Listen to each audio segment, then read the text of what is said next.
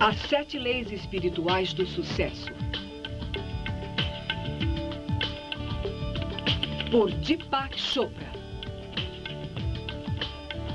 Versão brasileira Centauro.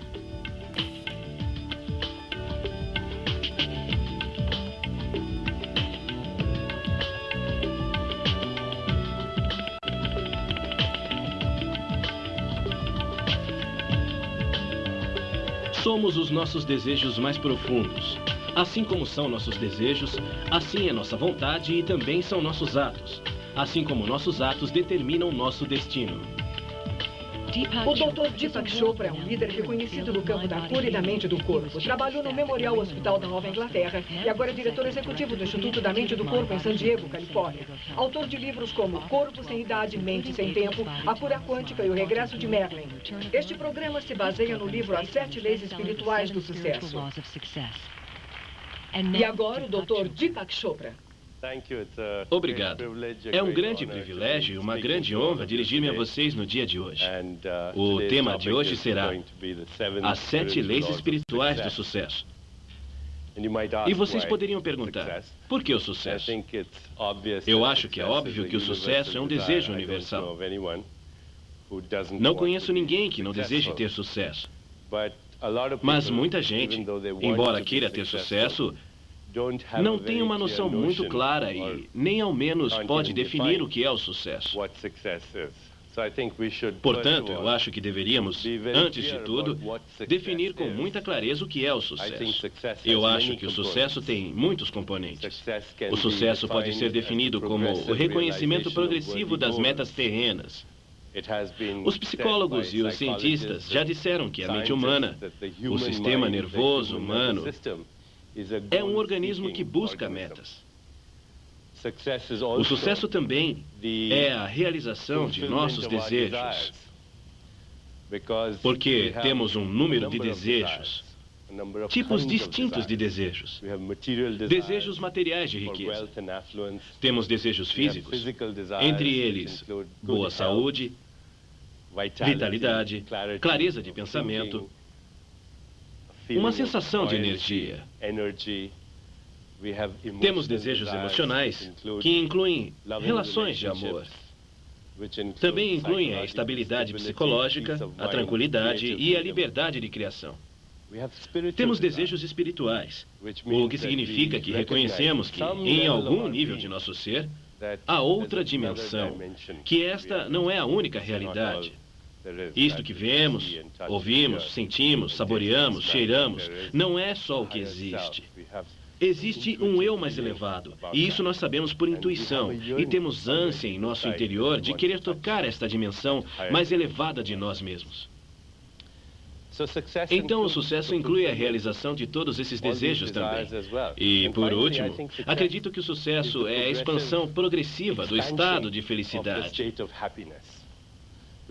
Porque um homem pode ser um cientista maravilhoso, ser o homem mais rico do mundo e ainda assim ser uma pessoa totalmente desgraçada. E segundo nossa definição de sucesso, ali não poderia haver sucesso. Havendo definido o sucesso dessa maneira, acho que fica óbvio que se sairmos à rua e perguntarmos às pessoas se elas têm sucesso, de acordo com esta definição, descobriremos que são poucas as pessoas que têm sucesso. Por que isso acontece assim? Porque, de acordo com esta definição, encontraremos poucas pessoas que, na realidade, têm sucesso. Eu acho que a resposta é que nossa cultura, nossa doutrinação social e, inclusive, também a nossa história estabeleceram a ideia, ou nos deram a ideia, de que o sucesso depende de um trabalho árduo, depende de planos exaustivos, que depende de uma obstinada ambição. E esta é a ética com a qual nós fomos educados. E embora o trabalho árduo, os planos bem elaborados e a ambição, e o fato de conhecermos muitas pessoas com essas características possam nos ajudar a adquirir algo de sucesso material, há um preço muito alto a se pagar por isso. Há um alto preço por isso. E o preço é a hipertensão, as doenças cardiovasculares, os ataques cardíacos, os acidentes heredovasculares, os divórcios e as drogas. Por isso é que vemos que no caminho do sucesso, muitas pessoas sucumbem devido a problemas de saúde, ao câncer ou à morte, antes de atingir sua meta. Assim, acho que precisamos de uma nova abordagem ao sucesso, e é sobre esta abordagem que nós vamos falar. É novo, em certo sentido, mas, no entanto, é muito antigo. Primeiro devemos aprender que o sucesso é uma viagem e não um destino. E que o sucesso chega através de uma compreensão adequada de quem somos realmente. Compreensão real da realidade, de uma maneira verdadeira. Não somos apenas uma máquina que aprendeu a fabricar pensamentos. Não somos apenas corpos humanos com experiências espirituais ocasionais.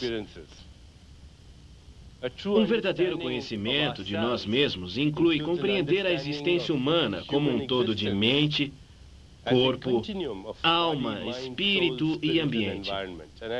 E eu acho que vocês assistiram à palestra que eu dei sobre corpo, mente e alma. Devem estar familiarizados com esse diagrama. Eu falei sobre esse diagrama na última conferência que dei. Mas para recapitular muito rapidamente o que dissemos antes, somos um corpo feito de matéria e energia. Somos um ego, intelecto e mente, o que chamamos de corpo sutil. E somos uma alma e um espírito. Nosso verdadeiro eu está composto por todos estes estratos diferentes da existência. E quando compreendemos a mecânica através da qual a consciência pura ou o espírito se transforma nesta alma e então no ego, no intelecto da mente e, finalmente, no corpo, através do qual experimentamos o mundo, uma vez que temos esse conhecimento, uma vez que o compreendemos, então compreendemos a lei espiritual. Porque a lei espiritual não é outra coisa que aquela lei que permite o desenvolvimento sequencial do que não é manifesto, para chegar ao mundo do manifesto.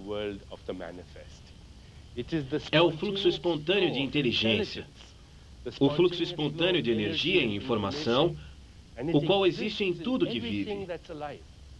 Tudo o que vive. Quer se trate de uma folha de pastagem, de um corpo humano, ou uma célula do corpo humano, ou uma flor, ou de um inseto. Sempre vemos este fluxo da inteligência, esta força animadora da vida.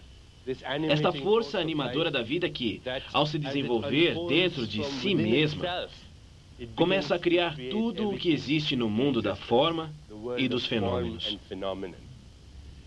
E isto nos traz então a primeira, realmente a primeira lei do sucesso, que é a lei da potencialidade pura. A lei da potencialidade pura diz que, em meu estado essencial, eu sou o espírito.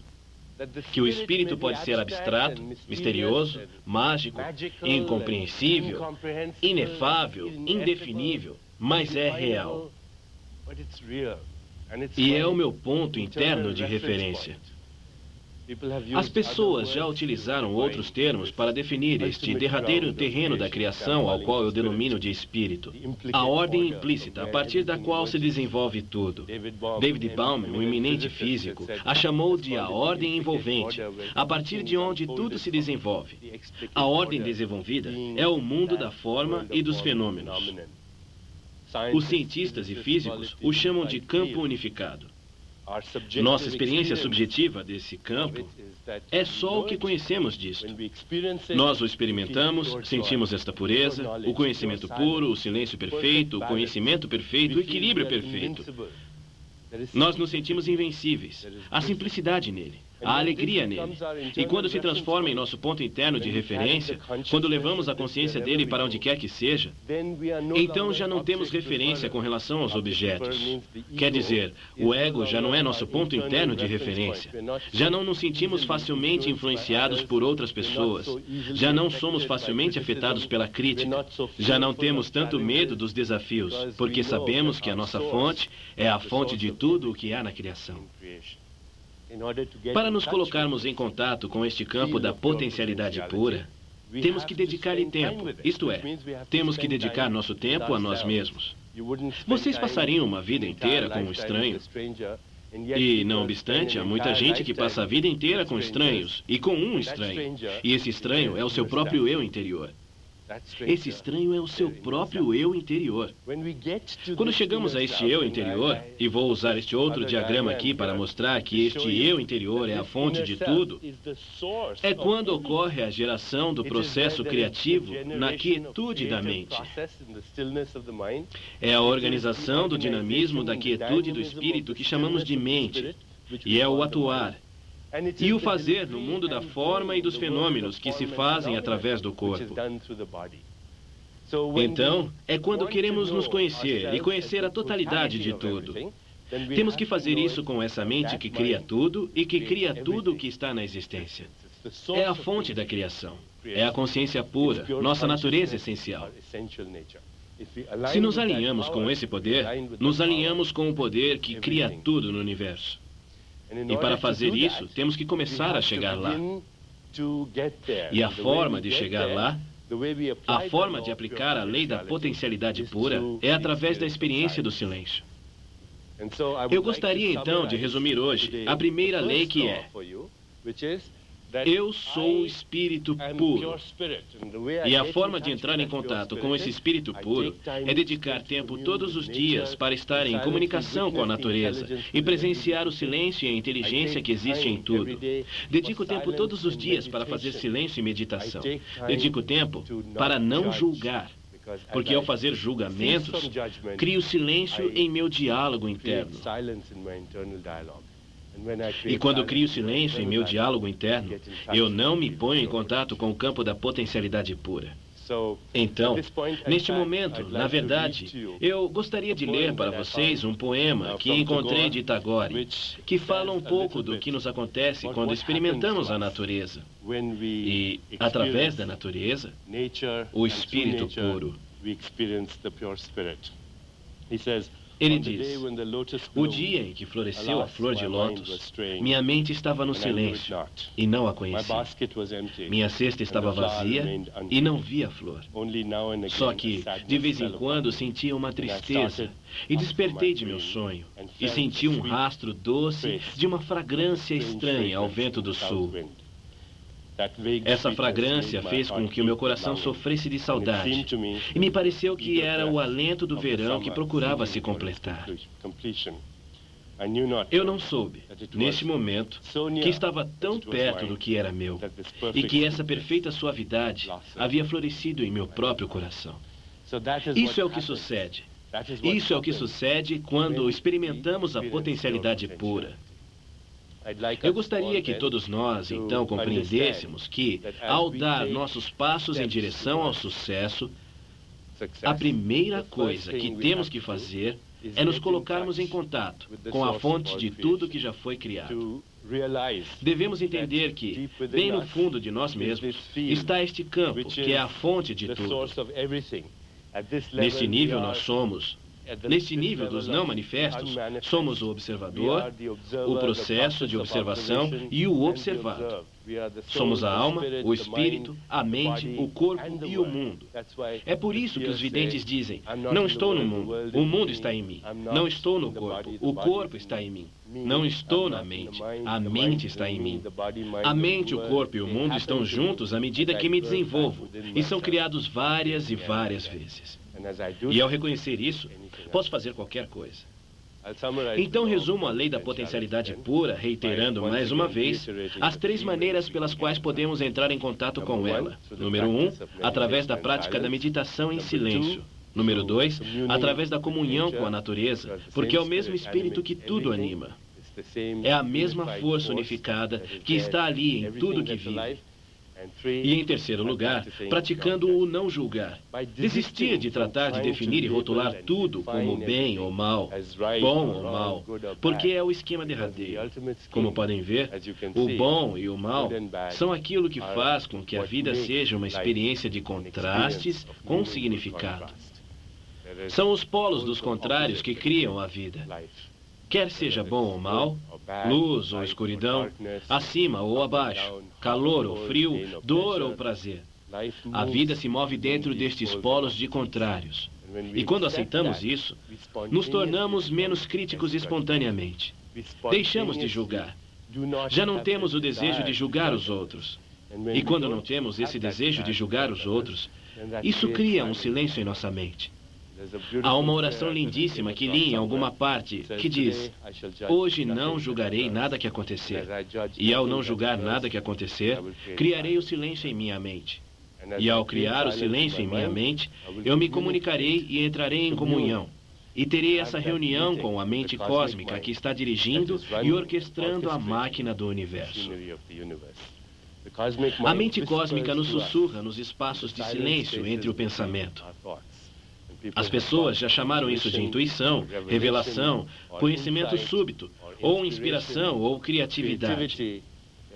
Há diferentes termos para dizer a mesma coisa, que estamos nos pondo em contato com o computador cósmico que dirige a diversidade infinita deste universo. Uma vez que reconhecemos isso, uma vez que temos o conhecimento experimental disso, nós nos damos conta de que não há nada no universo que não seja acessível para nós. O que a mente humana puder conceber e imaginar, ela pode criar, porque vamos àquela fonte que tudo cria. Esta, então, é a primeira lei. E, à medida que avançamos neste programa, quero falar a vocês sobre as 7 leis que são os princípios da natureza, que são os princípios através dos quais a natureza se manifesta na diversidade infinita da vida. Ao fazê-lo, veremos como isto vai nos ajudar a realizar todas as metas que temos. Metas materiais, emocionais, espirituais. Todas elas. Obrigado.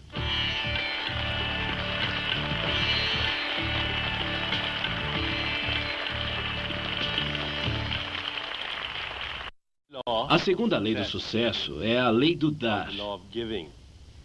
E poderia ser chamada de a lei do dar e receber. Antes de entrar em detalhes, quero ler uma coisa que chegou através da sabedoria do poeta que citei anteriormente, Rabindranath Tagore, que fala sobre dar e receber, e diz: neste recipiente frágil, que você esvazia várias e várias vezes e enche com vida nova, esta pequena flauta de junco que você tem levado através das montanhas e através da qual tem soprado melodias eternamente novas, seus tons infinitos chegam a mim, unicamente nestas minhas mãos tão pequenas. Passam os tempos e você continua vertendo e continua tendo espaço para preencher. Então eu acho que ele expressa de maneira muito bonita que este universo no qual existimos funciona através do intercâmbio dinâmico. Que dar e receber são aspectos diferentes do fluxo de energia no universo e em nossa vontade de dar aquilo que buscamos. Mantemos a abundância do universo. Mantemos esse fluxo circulando em nossa vida. O próprio Jesus Cristo dizia: dai e recebereis. Se interrompermos o fluxo do dar ou do receber, interferimos com a inteligência da natureza. E a sua energia deixa de fluir do não manifesto para o mundo do manifesto. Assim, devemos continuar fazendo isso, porque no momento em que a gente o interrompe, é produzido um estrangulamento, é produzida uma coagulação, é produzida a morte, a deterioração, a morte da energia. O corpo humano é um mecanismo que capta a energia do universo, a faz circular e depois a devolve ao próprio universo. E a própria riqueza não é outra coisa que uma forma de energia. A riqueza, os luxos, todas as coisas que a gente deseja na vida são formas de energia que se expressam através de nosso corpo. Uma coisa muito importante ao dar é tomar consciência da intenção por detrás do dar. Porque quando damos com uma atitude alegre, com uma atitude de felicidade, o dar em si mesmo se converte na meta. O dar se converte na viagem, na meta, na felicidade, na própria exuberância. Traz uma realização espiritual e emocional. Imediatamente, há uma gratificação. E então, nesse mesmo instante, surgem estas coisas materiais. Para aplicar a lei do dar, vocês devem dizer a si mesmos, onde quer que vocês estejam, com quem quer que eu me encontre, trarei um dom, e também receberei com gratidão todos os dons e presentes que a vida tem para mim. Eu me comprometerei a manter a riqueza circulando em minha vida, dando e recebendo as coisas mais preciosas da vida. E quais são estas coisas mais preciosas da vida? Os psicólogos nos dizem que as necessidades humanas mais preciosas são o afeto, a atenção, o interesse, o apreço e o amor. Falaremos muito a respeito do amor posteriormente, mas acho que é muito importante reconhecer que a atenção, o afeto e o apreço são coisas que a gente busca e deseja com mais fervor. O efeito é tocar em alguém de uma forma amorosa. Em nossa sociedade, nós não nos tocamos suficientemente. Há pouco tempo, encontrei um estudo interessante realizado por um psicólogo europeu, que viajou por todas as partes do mundo, sentando nos cafés e vendo os casais para verificar com que frequência eles se tocavam. Na América Latina, em locais como San Juan e México, ele percebeu que o número médio de contatos táteis por hora era algo em torno de 180. Em Paris, o número médio de contatos era 90. Em Gainesville, Flórida, era 2. Depois ele foi para a Inglaterra e esperou. E não aconteceu nada. Nunca viu nada. Seguramente não deve ter acontecido nada. Ao tocar alguém com amor, a gente automaticamente produz a liberação de substâncias químicas curadoras no corpo. E há uma resposta fisiológica para isso. A gente se sente melhor porque se liberam alguns bioquímicos que, na verdade, são agentes químicos curativos. É importante nos tocarmos. É importante verbalizar, apreciar. Quer dizer, mostrar que a gente aprecia sinceramente algo de outra pessoa. E a atenção é escutar com todo o seu ser. Muitas vezes estamos planejando nossas respostas ao ouvir o que alguém está nos perguntando, ou, inclusive, antes que a pessoa termine. Nós não estamos escutando com a totalidade de nosso ser. De maneira que estas são as necessidades humanas mais importantes. Quando praticamos o dar nesta forma, iniciamos todo o processo de circulação em nossa vida. A lei que vem a seguir é a lei do karma. As pessoas têm muitas ideias equivocadas sobre o karma, especialmente no Ocidente. Karma é uma palavra em sânscrito que simplesmente significa ação e escolher. Nós fazemos opções. Em nosso estado essencial, sempre estamos fazendo opções. Estamos fazendo isso sempre. Algumas dessas opções nós fazemos de forma inconsciente. E outras nós fazemos de forma consciente. Mas mesmo assim, nós fazemos opções. Estamos fazendo opções de forma infinita. Neste momento, há um número infinito de opções que eu posso fazer. Então, a lei do karma diz que, embora em cada momento de nossa vida tenhamos uma infinidade de opções à nossa disposição, há apenas uma opção entre todas elas que é provavelmente a mais evolucionária, a mais gratificante, a mais importante, a opção mais correta. Essa decisão é karmicamente correta.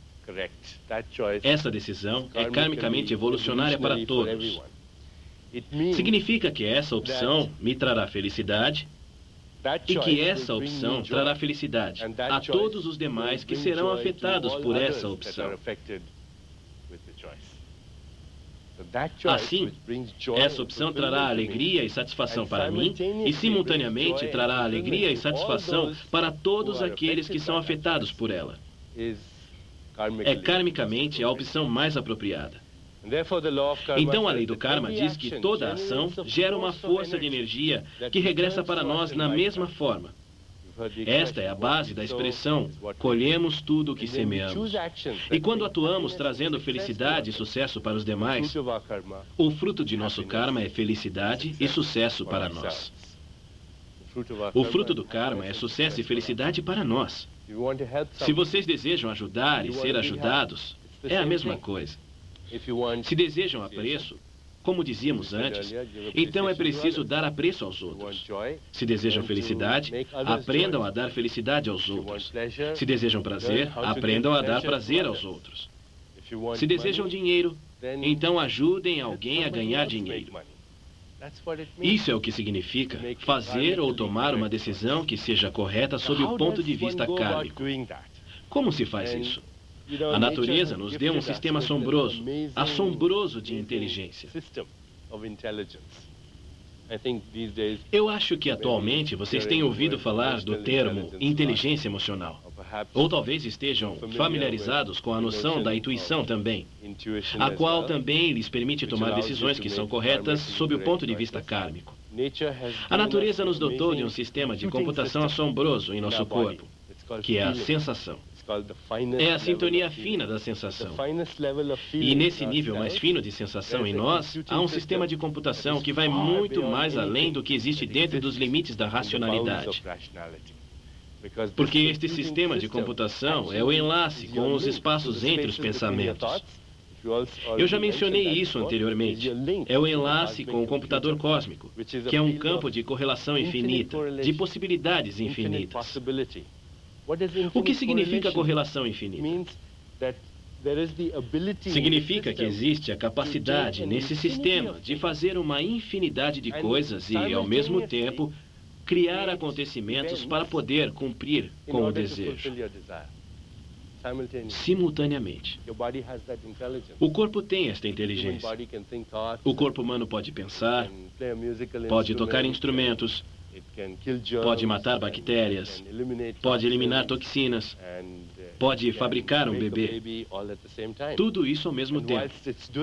E enquanto faz isso, está monitorando o movimento das estrelas. E incorpora esse ritmo cósmico dentro de seu próprio ritmo biológico. Não há nenhuma inteligência dentro do pensamento racional que possa fazer isso, porque o pensamento racional é linear, enquanto que isto é contextual, relacional, intuitivo, sábio. E é uma inteligência que leva tudo em conta. Por isso eu lhes dizia que é contextual, que leva tudo em conta. Não tem uma orientação onde haja o que perder e onde haja o que ganhar. Não acredita na causa e no efeito linear, porque envolve todas e cada uma das células de nosso corpo. Tem isso, tem essa capacidade de computação. E como temos acesso a eles? Somente escutando as mensagens de nosso corpo. Existem somente dois tipos de mensagens que chegam ao nosso corpo, pelo nível mais fino das sensações. Um é uma mensagem de conforto e o outro, uma mensagem de desconforto. Um é uma mensagem de prazer e o outro, uma mensagem de desprazer, para definirmos de uma maneira bem simples. Quando dizem que alguém é muito intuitivo, é porque essa pessoa escuta as mensagens que o seu corpo está mandando. É um alto sentido de percepção. Essas pessoas podem sintonizar esse alto nível de sensação. Assim, se vocês quiserem aplicar a lei do karma, a primeira coisa que devem fazer é cultuar a inteligência corporal. Realmente é preciso ser um bom animal. Cultuar a inteligência corporal, escutar o que o seu corpo lhe diz. Quando estiver diante de uma opção, pergunte ao seu corpo, devo fazer isto? E se o seu corpo lhe enviar uma mensagem de aceitação, então está correto karmicamente fazer isso. Você pode pensar que o coração é muito brando ou sentimental, e você será guiado de maneira errônea, especialmente se estiver tentando chegar a um acordo com alguém ou tratando de negociar alguma coisa. Mas na verdade não é assim. Uma vez entrevistei um homem de negócios muito bem sucedido no Japão que havia amealhado durante a sua vida mais de 250 bilhões de dólares. Ele era o antigo fundador da corporação Sony, o primeiro fundador e presidente da corporação Sony. Perguntei a ele se havia ido à escola de administração de Harvard. e descobri que ele não havia frequentado nenhuma instituição de estudos avançados de negócios. Ele dizia que quando tinha que fazer um negócio, perguntava ao seu corpo.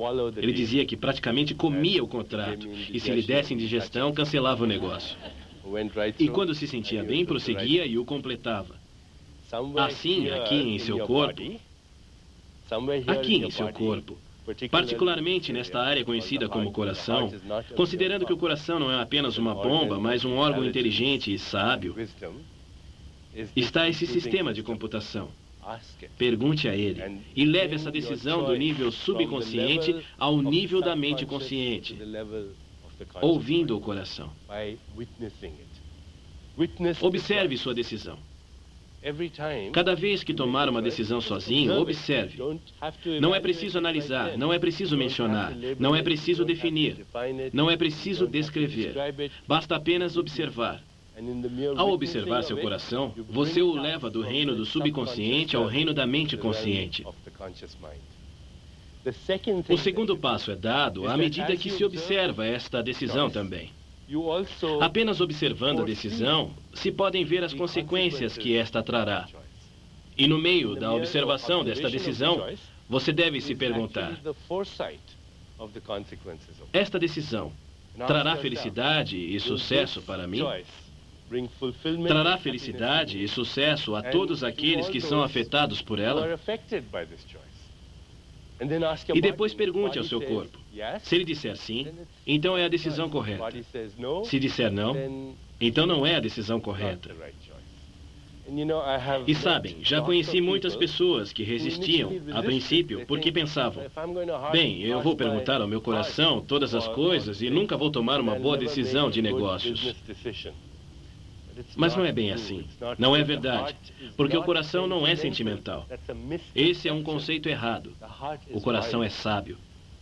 E há uma grande diferença entre sentimentalismo, sabedoria e sobriedade.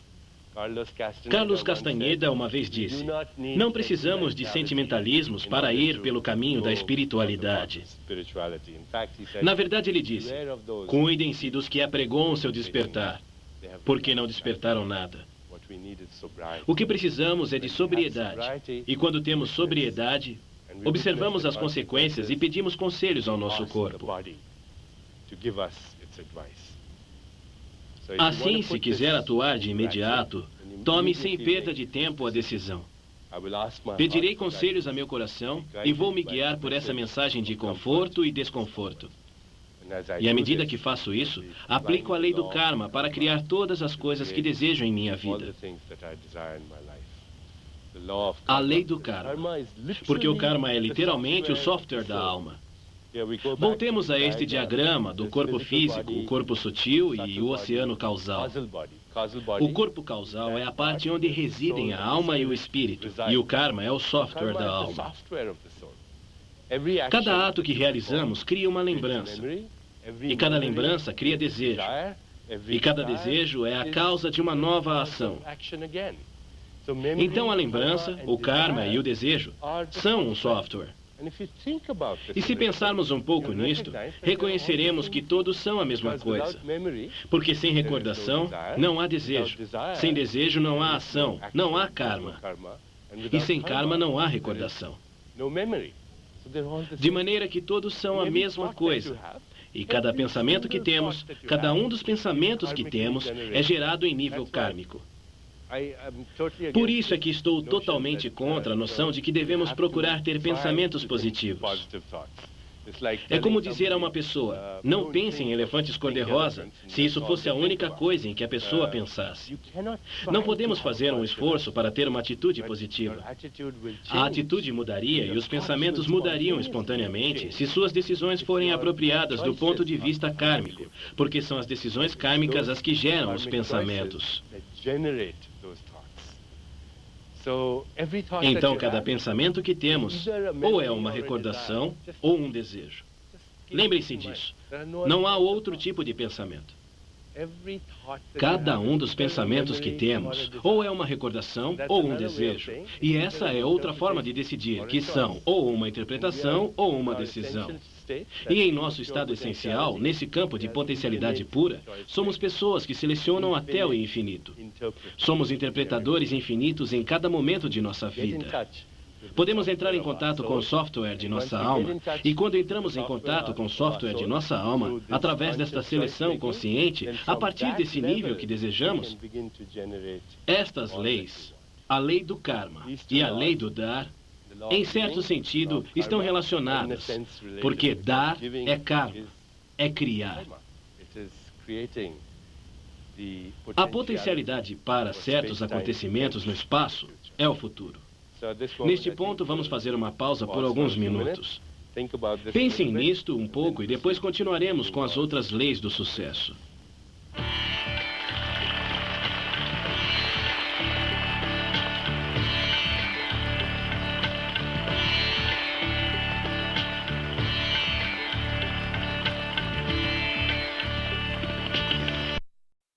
Quando eu lhes falava sobre a lei do karma, quando as pessoas ouvem a palavra karma, como não estão muito familiarizadas com ela, parecem sentir que karma é um universo de determinismos.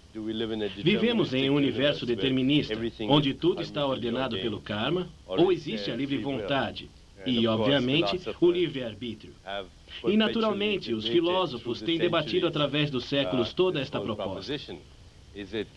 É um universo de determinismos ou é um universo de livre-arbítrio?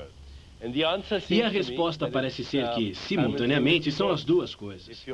Se a pessoa não tiver consciência, é porque vive em um universo totalmente determinista. E muitos de nós somos assim. Somos modelos pavlovianos que salivamos quando ouvimos o soar da campainha e reagimos a todos os estímulos da rua. Se ouvimos um elogio, nos sentimos felizes. Se ouvimos uma ofensa, nos sentimos irritados pelo resto da vida. E isso é o que chamamos de liberdade. Mas não é liberdade. É um universo determinista, se a gente não tem consciência disso. Mas nós temos consciência.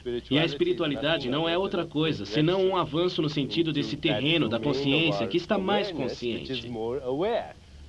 De modo que, afinal, chegamos a ser conscientes da própria consciência. E é ali para onde vamos todos, inclusive aqueles de nós que nos esforçamos, porque a evolução é a natureza da vida. Mas quero que vocês se lembrem que o karma é, na verdade, a derradeira afirmação da liberdade. Vou ler para vocês o que disse Swami Vivekananda sobre o karma. Karma é a afirmação externa da liberdade humana. Nossos pensamentos, nossas palavras e atos são os fios da rede que tecemos ao nosso redor. E a lei do karma, então, leva à lei seguinte, que é a lei do menor esforço. A lei do menor esforço. Vou ler para vocês o que diz aqui sobre a lei do menor esforço. Ele diz: um ser íntegro sabe ir sem ir, ver sem olhar e realizar sem fazer. De maneira que, o que é que diz a lei do menor esforço? A lei do menor esforço nos diz que a natureza, que a inteligência da natureza, funciona com uma faculdade enorme, com despreocupação, com muita harmonia, com amor. E quando utilizamos as forças da harmonia, a felicidade, o amor e o riso, criamos o sucesso e a boa fortuna com toda facilidade. Vejam a natureza. Por acaso as aves se esforçam para voar? Por acaso este pelo está se esforçando para sair de minha pele? E o óvulo? O óvulo fecundado está fazendo um esforço para se converter em um ser humano? Não há esforço algum na natureza. Devemos observar a inteligência da natureza e como é a inteligência da mente total. Da mente total, onde há geração de processos criadores. Organização no dinamismo, da quietude e ação. Cada processo da criação passa por estes três elementos: geração, organização e ação. Pois isso é mente total. E quando há acesso à mente total, não há espaço para o esforço. Não pode haver esforço. O princípio operativo da natureza é o obter mais fazendo menos. E somos sistemas alimentados com pouca mente, pois não fazemos nada e conseguimos tudo. Observem lá fora. Está sucedendo com essa espontaneidade, com esta prosperidade, com essa harmonia, com esse fluxo sem atrito da inteligência, da informação e da energia, que está dirigindo tudo simultaneamente. De maneira que a lei do menor esforço é uma lei natural muito importante. É o oposto total da lei que vemos operando hoje em dia em nosso universo. Do trabalhar arduamente, da ambição, de fazer planos minuciosos, de estarmos apoiados na certeza do conhecido. O conhecido é uma prisão. É no desconhecido que encontramos o campo no qual devemos entrar. Então, uma vez mais, como colocamos em prática esta lei? Como pomos para funcionar a lei do menor esforço? Existem 3 princípios fundamentais que devemos praticar a fim de pôr para funcionar a lei do menor esforço. O primeiro é o de praticar o princípio da aceitação. A aceitação significa que eu posso criar o futuro, posso revisar o passado, mas este momento é o que eu devo aceitar tal como é. Seja como for, porque todo o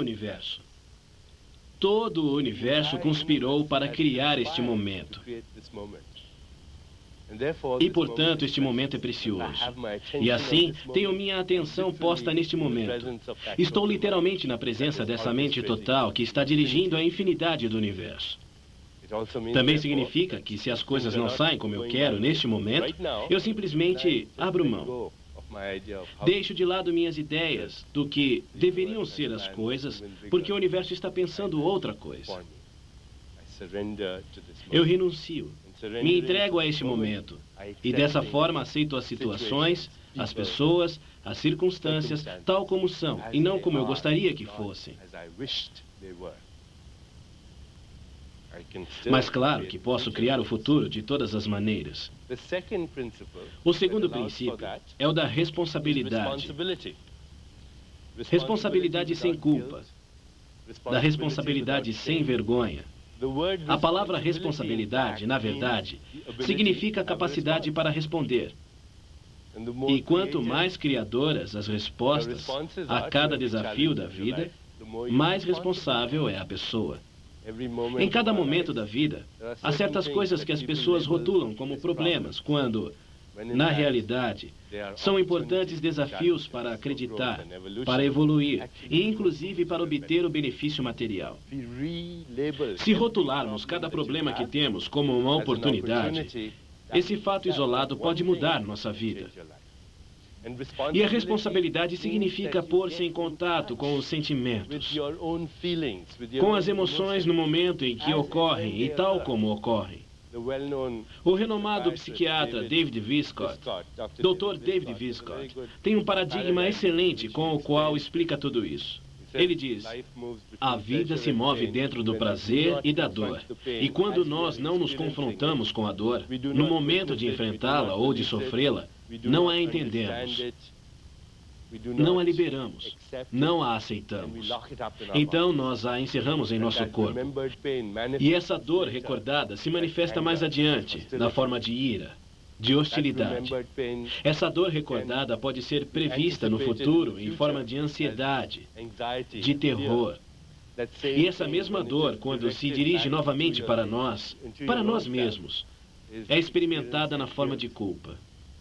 E todo o esgotamento de energia que ocorre em todas estas coisas se traduz em depressão, em ira, em hostilidade, em temor. E prever a desgraça, a culpa, a depressão, são os problemas que surgem quando não nos colocamos em contato conosco. E ao nos colocarmos em contato conosco, presenciando conscientemente a dor que estamos sofrendo, estamos nos comportando de maneira responsável. A responsabilidade é a capacidade de nos entregarmos à dor, assim como ao prazer. A vida se move entre estas margens todo o tempo. E esse não é o problema. O problema é ficarmos atolados em alguma das margens. A responsabilidade, portanto, também é a afirmação de nossa própria liberdade. Ninguém pode me magoar a menos que eu dê autorização para que o façam. E depende de mim. Se meu ponto interno de referência é meu ego, é isso que está aqui. Se este é meu ponto interno de referência, como Castanheda disse em um dos livros, isso fará que seja necessário para mim permanecer ofendido pelo resto de minha vida. Mas se meu ponto interno de referência é este, então ninguém tem permissão para me magoar de maneira alguma. O terceiro componente da lei do menor esforço é a prática de renunciar à necessidade de defender o ponto de vista. Falta de defesa. Não significa que eu não tenha um ponto de vista. Na verdade, eu sou um ponto de vista. Mas quando perco a necessidade de defender meu ponto de vista, então eu me torno invencível. O segredo da invencibilidade é a falta de necessidade de defesa. Se vocês lerem os Yoga Sutras de Patanjali, um texto antigo de yoga, e como eu lhes disse anteriormente, a palavra yoga vem da mesma raiz da palavra latina yoga, que significa unificar a experiência do corpo, mente, alma, espírito e ambiente. Então vocês verão que é dentro deste marco de unidade que a invencibilidade provém da falta de necessidade de defesa.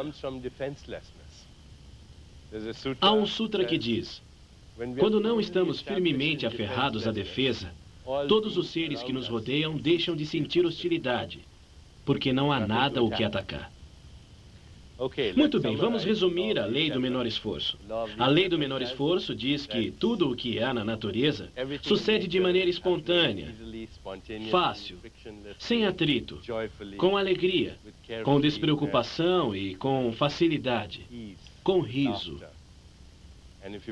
E se quisermos nos alinhar com essa inteligência, então devemos praticar a responsabilidade. Responsabilidade por nossa situação e pelos acontecimentos que consideramos problemas. Hoje, minha consciência permanecerá estabelecida na aceitação, na responsabilidade e na falta de necessidade de defesa. Vamos continuar com a próxima lei. A próxima lei é a lei da intenção e do desejo. O desejo é a criação. Vou ler para vocês uma parte dos textos antigos sobre esta lei da intenção e do desejo. E este é o hino da criação, de Rig Veda, um dos textos antigos mais conhecidos pela mente humana.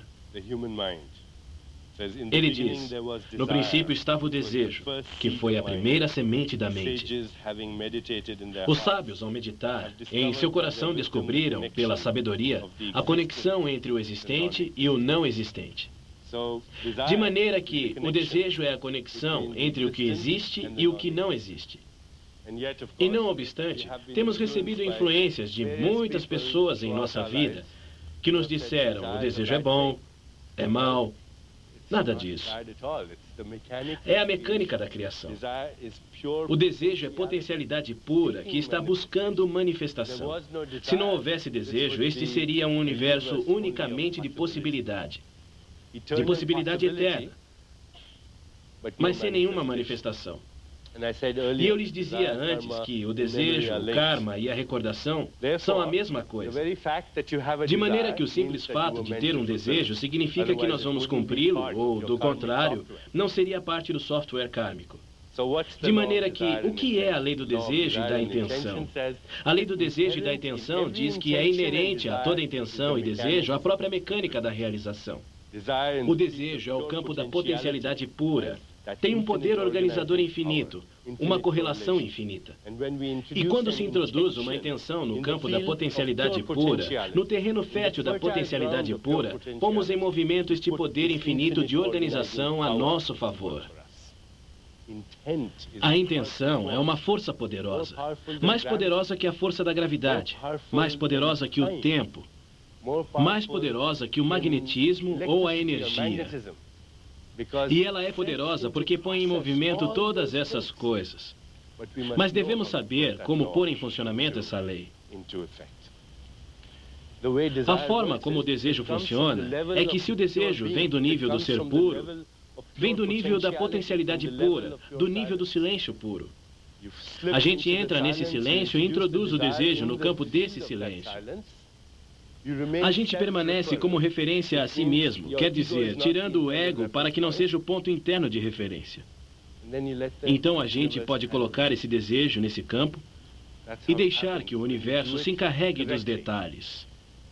É isso que acontece quando se faz corretamente, e as pessoas estudaram isto e o denominaram de deficiência fisiológica.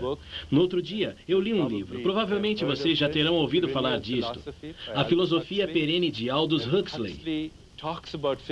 E Huxley fala sobre a inteligência fisiológica e diz algo sobre alguém pensar e desenvolver uma certeza de que no próprio desejo está a mecânica da criação.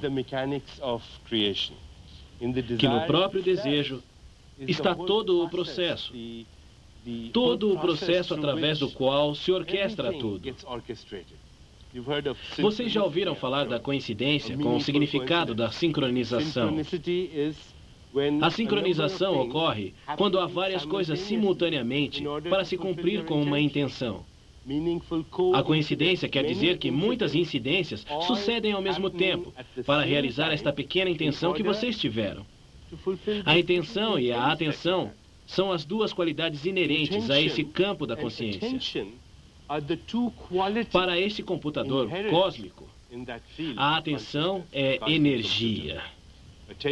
Intenção é informação. Intenção é do que é feito o mundo. Pois a energia é a informação para realmente tomar consciência das qualidades da consciência, da atenção e da intenção. Podemos assentar as bases para fazer qualidades de todos esses desejos. Aplicamos esta lei de intenção e desejo, fazendo uma lista de todos os nossos desejos.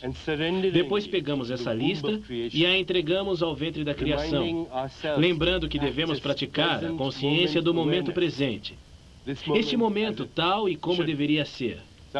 Eu vou citar Aldous Huxley, porque quero ler. Porque Aldous Huxley dá um exemplo muito claro da inteligência fisiológica, que diz que está presente e que tem um poder organizador infinito. E essa inteligência fisiológica pode fazer o que nós quisermos. Eu estou procurando a citação. E o que ele disse foi: só bastará olhar. Por exemplo, um papagaio que esteja tentando imitar os sons humanos. Como ele faz isso? Como é que um papagaio aprende a imitar sons humanos? Alguma pequena intenção desse pequeno cérebro, que é do tamanho de uma ervilha, põe em movimento uma infinidade de acontecimentos de tempo e espaço.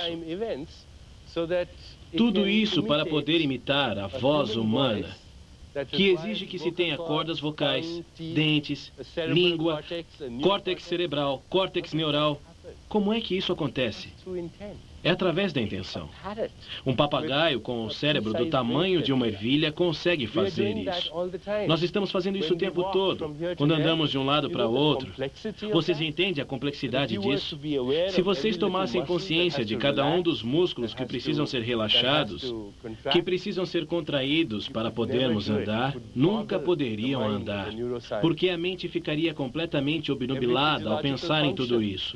Qualquer função fisiológica que vocês possam pensar, metabolizar uma molécula de açúcar, por exemplo. Para isso se requer um poder organizador infinito.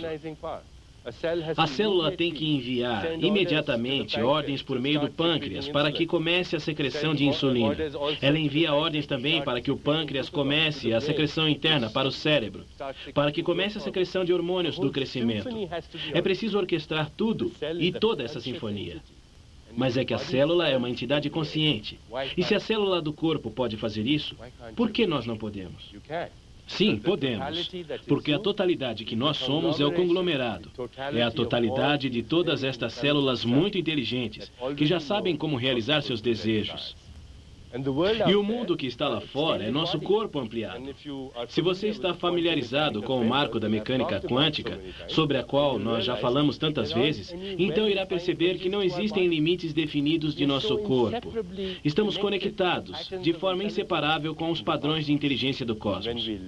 Quando soltamos nossa intenção ali, deixamos que esta mente cósmica orquestre a infinidade de acontecimentos de tempo e espaço para obter o resultado que pretendemos.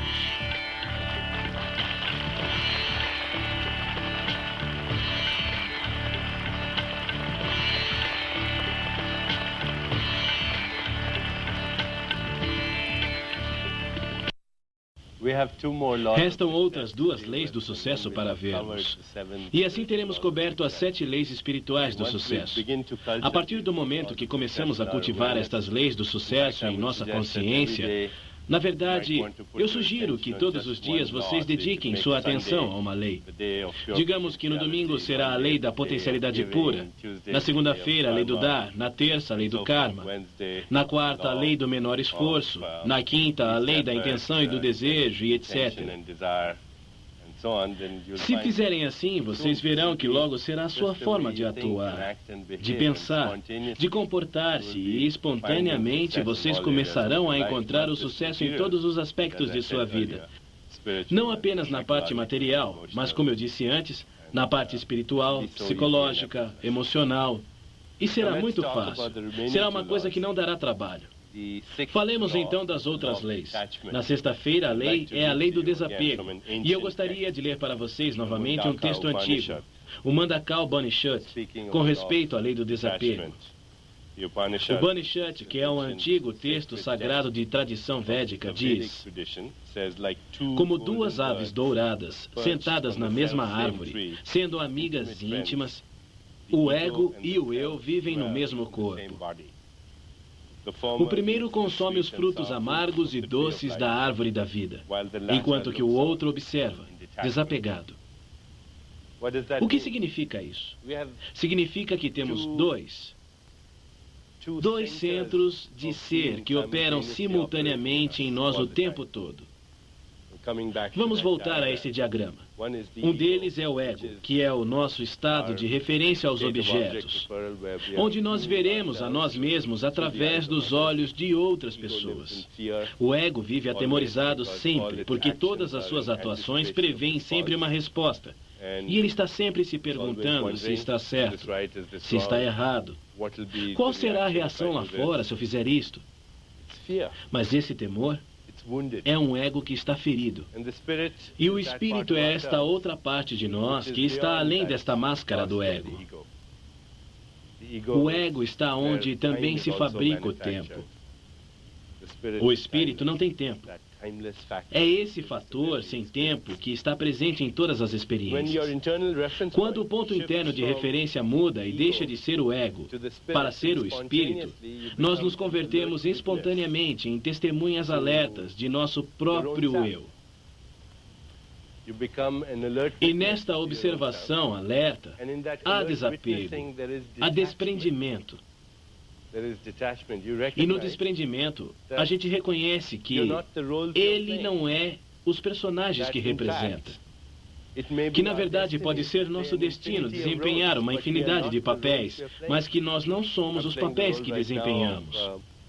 Agora estou representando o personagem desta pessoa que escreve livros e faz conferências. Mas esse sou eu? Porque assim que terminar, eu irei para minha casa e provavelmente ligarei para o meu filho em Nova York e desempenharei o papel de pai. E talvez amanhã eu telefone para o meu pai na Índia e estarei desempenhando o papel de filho. Telefonarei para minha esposa e estarei representando o papel de marido. Se ligo para um paciente, estarei representando o meu papel de médico. Esses são papéis que estou representando. E eu tomo consciência do fato de que estou representando esses papéis. E paro para me identificar com os papéis que represento. E é nesta forma tão alerta de observar que se produz o desapego espontâneo que cria nosso sucesso. Todo mundo é dado a acreditar que a gente precisa se aferrar à meta. A resposta é não. Precisamos ter uma meta, mas também precisamos ter o desapego, o desprendimento. Significa que eu devo estar orientado no sentido do processo, não orientado no sentido do resultado. Significa que eu vou por este caminho porque quero chegar lá. Mas se eu não chegar lá, não importa, porque este é o caminho no qual eu quero andar. E à medida que eu percorrer este caminho, eu me sentirei feliz, exuberante, pleno de exaltação e êxtase. Isso é o desapego. Então, no desapego está a sabedoria do que pode chamar-se somente de incerteza. A incerteza é muito livre, porque a incerteza cria a liberdade com respeito ao passado. E o que é o passado? O passado é a prisão do desconhecido, a prisão do condicionamento passado. Se a vida estivesse repleta de certezas o tempo todo, eu seria completamente prisioneiro. Na verdade, a maioria das pessoas está prisioneira. Isso é aborrecido, é mundano, é trivial. Ao ter o desejo de entrar no terreno do desconhecido, entramos no campo de todas as possibilidades. Estamos renunciando. Estamos nos entregando à mente criadora que orquestra a dança do universo. Dessa forma, nós nos afastamos do temor e da insegurança e da necessidade de certeza. A necessidade de certeza é só a necessidade de ter segurança, a qual se baseia em nosso passado. De maneira que não é o desconhecido que temos que temer, é o conhecido que devemos temer, se é que existe algo a temer. Se vocês desejarem aplicar a lei do desapego, então na vida vocês devem dizer a si mesmos: hoje mesmo eu me comprometerei com o desapego. Incluirei a incerteza como um fator, como um ingrediente essencial de minha experiência. Quanto mais incerto for o meu dia, mais felicidade ele vai criar para mim. Na verdade, no ano passado, no Ano Novo, quando comemorávamos com nossa família, como fazemos todas as noites de Ano Novo, a família se reuniu. Meus filhos têm ouvido isso há muito tempo. Eles foram criados com esse conhecimento. Depois de comemorar, tomamos alguns minutos para examinar em silêncio nossas consciências, examinar nossos desejos e nossos sonhos para o Ano Novo. Eu vi que o meu filho demorava muito pensando, então, quando ele finalmente abriu os olhos, eu perguntei: conte o que você pediu. Então ele disse: eu pedi à mente criadora do universo que fizesse com que este ano fosse incerto, mais ainda que o anterior. Foi muito engraçado. Aplica-se a lei do desapego, incluindo o fator da incerteza. É um envolvimento com paixão, mas com desprendimento. Um envolvimento com paixão, mas com desprendimento. Um envolvimento desapaixonado. A segunda coisa que eu devo fazer é entrar no campo das possibilidades infinitas o tempo todo. E isso se consegue fazendo com que cada momento seja um campo de possibilidades infinitas. E ao fazerem isto, vocês verão que existem coisas que aconteceram e que nunca foram previstas. Napoleon Hill, uma das maiores autoridades com respeito ao tema sucesso, talvez vocês conheçam o seu livro. Ele dizia: o que é a boa sorte? A boa sorte não é outra coisa senão a oportunidade e o estar preparado. E eu não vou poder estar preparado se estiver atolado no conhecido. Eu só posso estar preparado se tiver me entregado ao desconhecido. Porque o conhecido é um marco rígido de pensamento. Continuemos com a última lei do karma. A lei do karma, que também se conhece como a lei do propósito da vida. Vou ler para vocês em seguida algo a respeito da lei do karma. Isto eu tomei de Khalil Gibran, que diz: quando trabalhamos, somos uma flauta. Através de nosso coração, o sussurro se converte em música. E o que é o trabalhar com amor? É tecer o tecido com fios retirados do coração, como se o ser amado fosse usar esse tecido. A lei do karma, que é a lei do propósito da vida, tem 3 componentes. O primeiro componente é que cada pessoa que está viva, cada ser humano que está vivo, tem um dom exclusivo, um talento especial que dar às outras pessoas. Quando combinamos este talento exclusivo com o serviço aos outros, experimentamos a exaltação e o êxtase de nosso espírito, que é a meta final de todas as metas. Então, a lei do karma diz que cada pessoa viva pode fazer algo de uma certa maneira que é melhor do que qualquer outra pessoa pode fazer. É uma coisa que vocês podem fazer, e vocês têm uma forma muito especial de fazer, que é melhor do que qualquer outra pessoa pode fazer. E todo mundo tem isso, porque este universo, com sua perfeição, não tem peças de reposição. Ele está completo e perfeito em sua totalidade. E ao aplicar esse talento exclusivo, essa forma exclusiva, há uma sintonia que o acompanha. Nós perdemos a noção do tempo. Nós escapamos dessa consciência limitada pelo tempo e entramos no terreno da consciência sem tempo. Experimentamos a mente sem tempo, a mente que gera, orquestra e atua.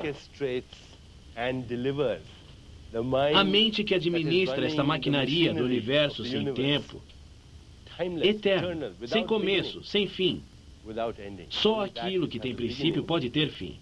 Assim, quando vocês expressam seu talento único, quando estão na lei do karma, experimentam o êxtase, a bonança, a bem-aventurança. Não importa qual seja a sua atividade. Pode ser futebol, pode ser cozinhar, pode ser cuidar das crianças. E vocês sabem que algumas mães estão no karma e outras não estão.